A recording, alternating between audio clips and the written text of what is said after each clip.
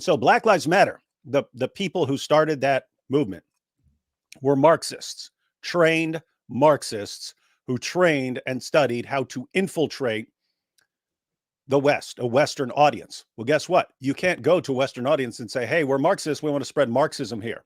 It won't work. When you say Marxism, people aren't listening to you. They're not going to take that seriously. So what do? Black Lives Matter.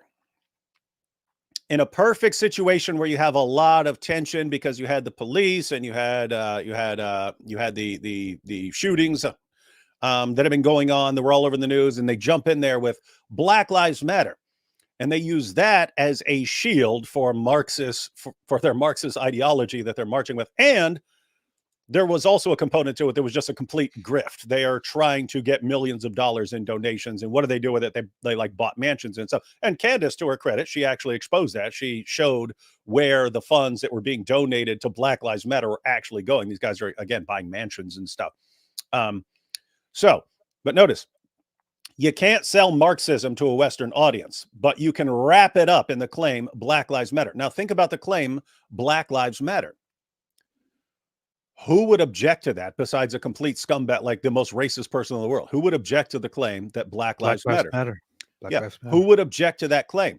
And they're going around, say Black Lives Matter. You have to support Black Lives Matter. You have to send donations to Black Lives Matter. And then wait a minute, I actually got a problem with this movement. Oh, see, this person is against Black Lives Mattering. This person's a racist. Like, wait a minute, no. You're using that as a shield for your actual agenda and the ideology that you're promoting.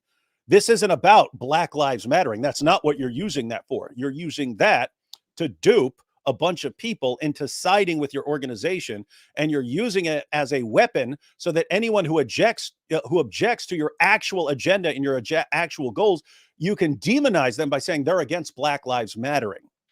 Brilliant strategy. So keep in mind the parallel here. Marxists, very difficult to sell in the West. You use the slogan as a shield, right? Guess what? Neo-Nazis trying to sell a white nationalist agenda. We want a white Christian nation only. Well, every Christian I know is going to think that's insane and idiotic. So you're not going to be able to sell that to a Christian audience. We want a white nation of only white Christians. Almost no one's interested in that. Remember, Nick Fuentes was bragging about his 500 followers. We're going to take over the world because we've got 500 followers and so on. Okay, no one's going to buy that. So what do? You start saying Christ is king. And when people object to what you're saying, what? Oh, this person's got a problem with saying Christ is king. And these guys, their main enemy is the Jews. The main enemy of the Nick Fuentes crew is the Jews. That's what they're obsessed with. Almost every tweet is about Jews. So they weaponize it against Jews. And I've read a bunch of the tweets that are like, you filthy, slimy Jew. Jesus is king. Christ is king. They'll say it right after including all that. And then when someone objects, it's, oh, you see, they're against Christ being king. They're against that. And so you have this, again, using the exact same methodology that Black Lives Matter used. Marxism is a hard sell. Wrap it up in the slogan, Black Lives Matter. Neo-Nazi, white nationalist, white supremacist stuff, pretty hard to sell to most people. Wrap it up in the claim that Christ is king. Do that. And then when anyone attacks your group and your goals and your agenda, you say, what? They're attacking the claim that Christ is king. Everyone, Christians, do you see what they're doing? Muslims, do you see what they're doing? And that's why you got Muslims jumping on the bandwagon.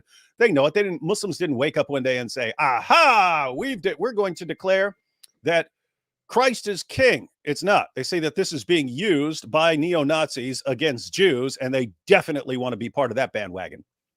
This is what we're dealing with. These are the people who are trying to steer the conversations today.